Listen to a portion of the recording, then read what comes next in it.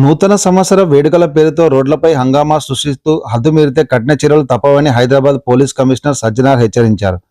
తాగి వాహనాలు నడిపిన వారిపై బుధవారం నుంచి న్యూ ఇయర్ రోజు వరకు నగర వ్యాప్తంగా స్పెషల్ ఎన్ఫోర్స్మెంట్ డ్రైవ్ నిర్వహిస్తున్నట్లు ఆయన తెలిపారు.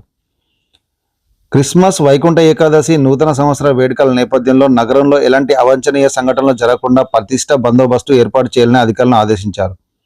హాట్స్పాట్లు, గతంలో నేరాలు జరిగిన ప్రాంతాల్లో సిబ్బందిని మోహరించాలని, పాత నేరస్తుల కదలికపై నిరంతరం నిఘా ఉంచాలని సూచించారు. డిసెంబర్ 31 రాత్రి నగర వ్యాప్తంగా 100 ప్రాంతాల్లో డ్రంక్ అండ్ డ్రైవ్ తనిఖీలు చేపడతామని సిపి తెలిపారు. ఇందుకోసం అదనపు బలగాలను రంగంలోకి దించుతున్నామన్నారు. కొత్త సంవత్సరం జోష్లో మోతాదు మించి తాగి వాహనాలు నడిపితే ఉపేక్షించే లేదని తేల్చి చెప్పారు. డ్రంక్ అండ్ డ్రైవ్ తనిఖీల్లో పట్టుబడితే వాహన సీజ్తో పాటు 10,000 జరిమానా, 6 నెలల జైలు శిక్ష తప్పదని హెచ్చరించారు. డ్రైవింగ్ లైసెన్స్ను శాశ్వతంగా రద్దు చేసే అవకాశం కూడా ఉందన్నారు.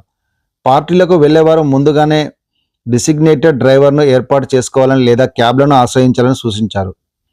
యువత రోడ్లపై రేసింగ్లు, వీలింగ్లు, ర్యాష్ డ్రైవింగ్కు పాల్పడితే కఠిన చర్యలు తీసుకుంటామన్నారు.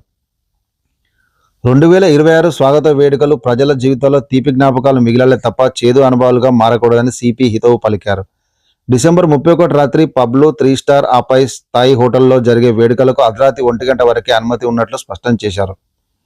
శబ్ద కాలుష్య నిబంధనలు ఖచ్చితంగా పాటించాలని, డెసిబెల్స్ పరిమితి దాటితే సౌండ్ సిస్టంలను సీజ్ చేస్తామని హెచ్చరించారు. ఈవెంట్లో గంజాయి, ఇతర మాదక ద్రవ్యాల వినియోగం జరిగిన అశ్లీల నృత్యాలకు తావిచ్చిన యజమానులే పూర్తి బాధ్యత అని, అలాంటి వారి లైసెన్సులు రద్దు చేసి క్రిమినల్ కేసులు నమోదు చేస్తామన్నారు.